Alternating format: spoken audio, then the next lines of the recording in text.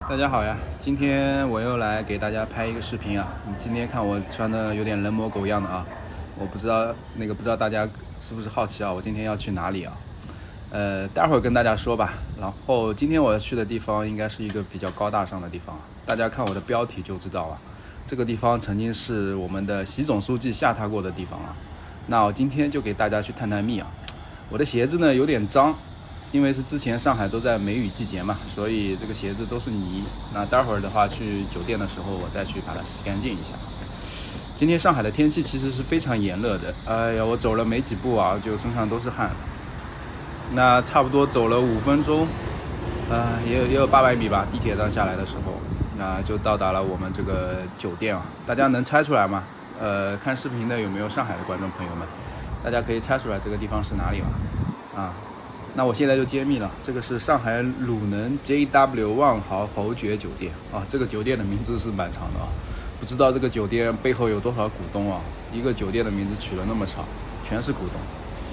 好的，那现在我们就随着我的镜头啊，我们就进入酒店来看一看啊。这个酒店应该是挺新的。当年据说我们的习总书记在这边下榻的时候啊，酒店所有的工作人员全部清空的。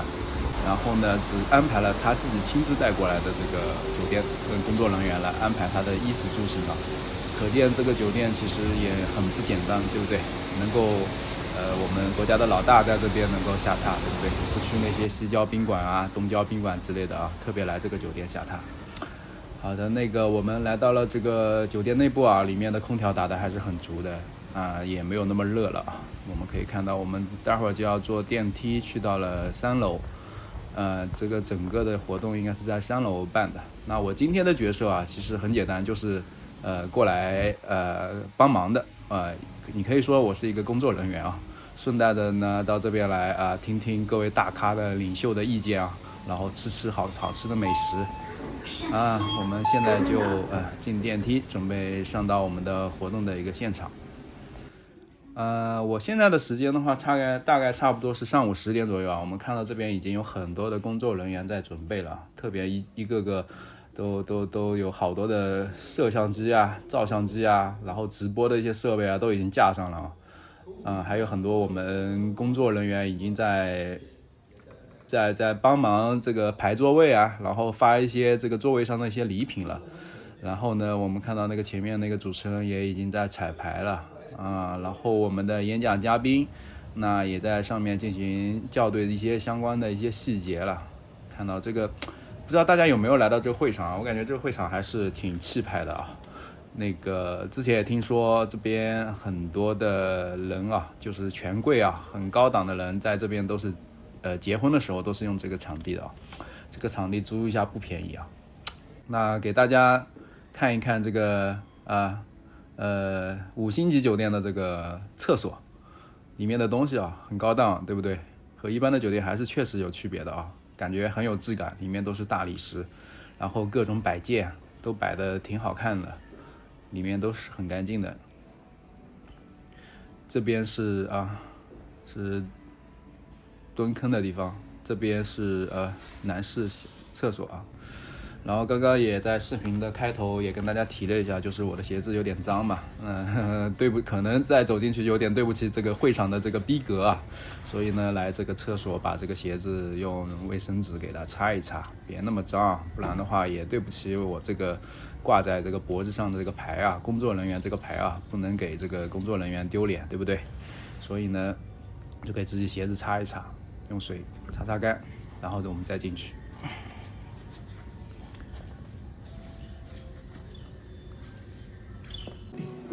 好，我鞋子擦好了，我就来到了外场了啊。我们外场这边在播放的一些宣传片啊，这些理念是真好。Community，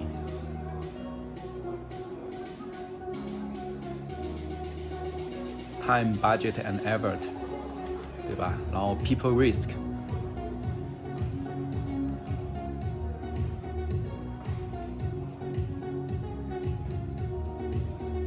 给大家看到的是我们整个后台的准备的一个现场啊，这个也是很逼格很高的啊。你看大家都在这边做准备，包括一些我们的客户经理啊之类的。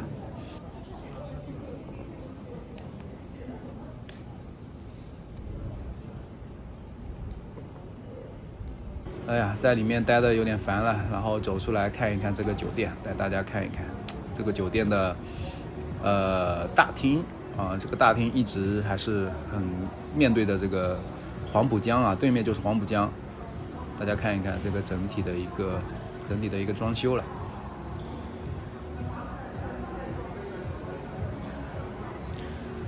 这个是什么东西啊？这个还是挺魔幻的，一个3D 的一个东西吧，我估计它能够把这个品牌标识给打出来，这样的一个设备应该是不便宜的，这样的一个设备。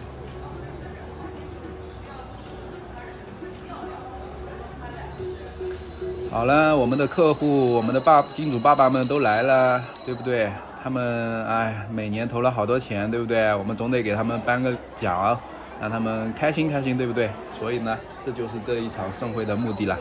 那大家看到好多人都进场了啊，我们这一排都是我们的客户经理啊，那些客户都是他们的爸爸们，大家看到了有没有觉得感觉像什么？都站在那边，这里我就不说了啊，大家自行想象。然后我们的金主爸爸们呢，也都是要过来拍个照的，然后要跟我们的领导们去交流交流的，这样的话更增进一些感情，那确保能够拿到更多的奖项，对不对？这个互相需求嘛，我觉得这也很正常啊。然后看我们这一边金主爸爸带了多少人，带了7个人过来参加这个会议啊，还是很重视的。那差不多已经到下午的时间了，我们会场上已经大部分，我看绝大部分都坐满了人了啊。然后我们也演讲嘉宾也已经开始在上面做演讲了。那其实呢，我后面会给大家播这些视频啊，大家可以慢慢的看一看。然后我今天其实想通过这个论坛来讲一讲中国经济的问题啊，是这样子的。其实我们今天这个会议啊，来的都是一些企业的 HR。那企业的 HR 他们负责的是做员工福利，有的是负责做员工招聘，有的是负责做员工的其他一些方面的东西。那他们对于中国经济其实是感受最深的。首先，你像做员工招聘的，如果他们的企业业绩不好的话，他们肯定 headcount 都没了，对吧？然后包括刚刚我在外场的时候和摄影师聊了一下，摄影师说他疫情之前他们的业务接单那是接到手软的，忙都忙不过来的。为什么呢？因为那时候中国其实各种展会什么都非常的多。但是疫情之后呢，特别是23年、24年，他们现在说还挺空的。所以呢，其实今天大家可以看到，我这个现场有好多摄影师过来。其实我是觉得没有必要那么多摄影师过来拍这个东西包括直播的、拍花絮的，对吧？拍外场的，然后拍专访的。那其实我参加过这种论坛，今年已经是第2次了。其实去年的话没有那么多摄影师的。所以这个摄影师已经慢慢的饱和过剩了，在这个地方他们有这么一场大型的会议举办，他们巴不得全部过来，对不对？好的，然后呢，整体这个论坛看下来其实我感觉现场其实没有太多的掌声这个还倒不像之前那一届这些主旨演讲人这些嘉宾讲完之后下面的哗哗哗掌声总要意思意思拍一拍，对不对？但是今年好奇怪的，他们讲完了之后呢，都没有人鼓掌，这个我是觉得挺意外的。但其实呢，意料之中也是意料中，因为这些主旨嘉宾讲的东西说白了都是一些平时在媒体上内容平台上都是可以看到的，什么 ESG 什么俄乌战争之类的东西，这个大家都是讲的非常烂的一些概念了。只不过从这些概念当中衍生出来说，对于员工的一些福利，我们应该注意什么？比如说像退休的危机包括福利的规划对吧？人员的风险之类的东西。所以我是觉得办这场会的意义其实对于企业或者说对于主办方来说，其实就是一个树立品牌的一个过程这个你不办的话，别人办了，那别人的品牌就比你强了，对不对？如果你办了的话，别人没办那整个行业里面，整个中国的 HR 行业里面就认你了，对不对？你是 No.1， 对不对？然后呢，我也想和大家说一下，就是站在不同的角度来讲来看待这一个论坛会有不同的看法的。首先我觉得如果从应届生的角度来讲，或者大学毕业生角度来讲，他们会觉得这个场面规格好高端，对不对？这个金碧辉煌的，对不对？来的都是讲英文的这些人，对不对？他们会觉得这个企业很牛逼，对不对？这个主办方很牛逼，这个是他们的感受。但是呢，其实站在企业就是参展的这些企业的角度来讲说白了其实他们是之前应该是有很多的合作，那花了也蛮多的钱。那么这个时候呢，公司呢作为一个品牌，对不对？给他颁一个奖，他们也是很开心的，对不对？那他们说白了，花了很多钱，也是买到了这个奖。那对于他们来说呢，拿到这个奖了之后呢，他们回到自己的企业里面，他们就可以去申请自己的绩效了，对不对？看这个是我们，对不对？这个行业里面的对不对？顶级主办方给我们颁的这个奖项，说明我们工作很出色，对不对？那平时的话，在企业里面可能高层领导他们看不到这些东西，那有这样一个奖项作为支撑的话，那他们应该是能够在自己的企业里面能够让老板们看到自己的工作绩效的，对不对？这个是他们愿意来参加的一个原因。那么从主办方的角度来讲呢，其实也是提升，就像我之前说的，提升品牌知名度，对不对？然后反正颁一个奖嘛，也花不了多少钱，对不对？这个奖状或者奖杯这个淘宝上，对不对？买一买也不花多少钱，对不对？主要的费用呢，其实还是在这个租这个场地，对不对？然后后面的一些摄影的团队、直播的团队，对不对？这个是他们的主要的成本。我觉得这个对他们来说其实也是挺有意义的。那从商业大佬的角度来讲其实说白了就是一个商业的模式。那这个模式呢，第一方面，对不对？那个企业花钱了，那企业也拿到奖了，还有呢，那个我们的主办方然后颁了奖了，然后从企业那边赚到钱了，这个其实是一个比较好的一个闭环，对不对？每一家企业每个人都能在这个整个的商业模式下获得自己需要的那些利益。那这个是从商业大佬的角度来看这件事情。那其实呢，之前也说这个现场的氛围其实不是很高的。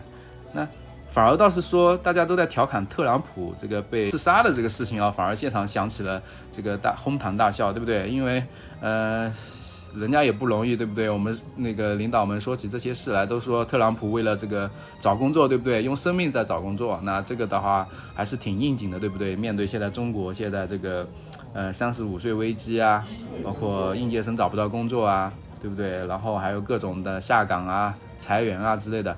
那你看看人家特朗普都是用生命在找工作，那我们又算什么呢？对不对？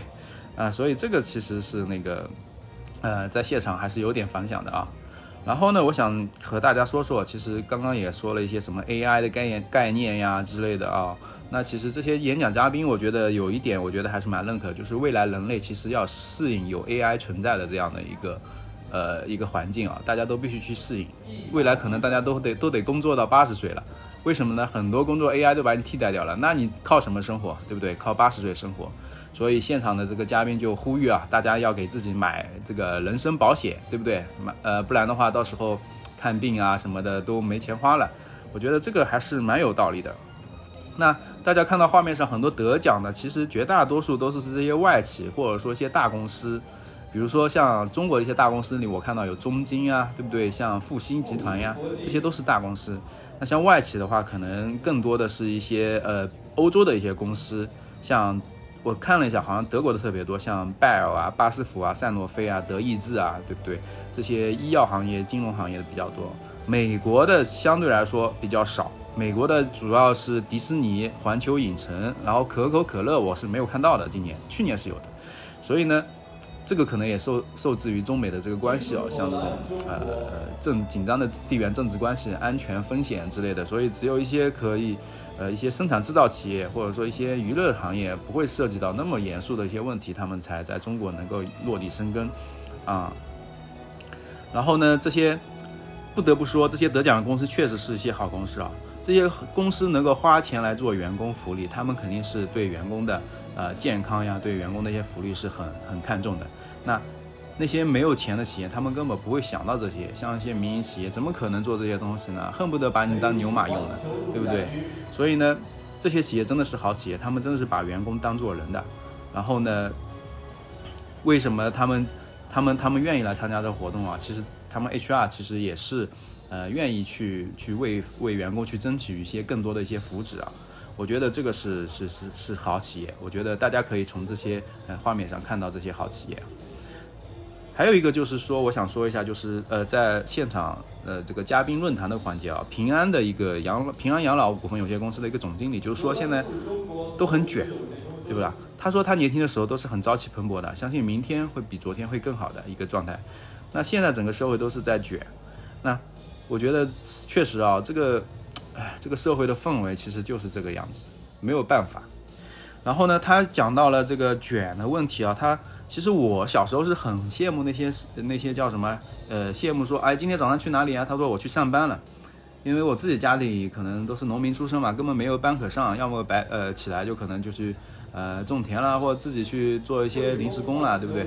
但是对于那些有班可上的人啊，我还是非常的羡慕的。为什么？因为他们可以拿到钱嘛，他们不用为明天担忧嘛，所以我觉得这个是我非常的羡慕啊。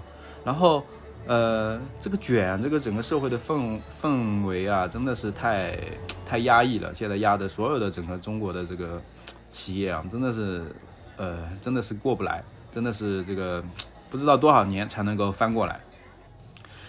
那很多人说国外，其实国外确实好啊，他们没有这种35岁危机啊。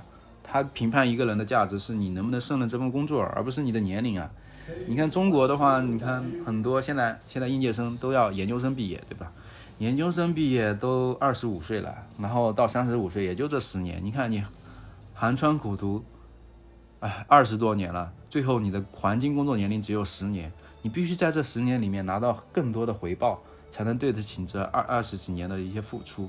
那到了35岁之后，你吃什么啊？企业裁员了，你到哪里去赚这个钱啊？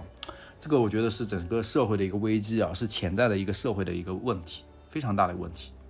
然后那个平安养老股份有限公司的总经理也讲到，他现在有一个智能手表，对吧？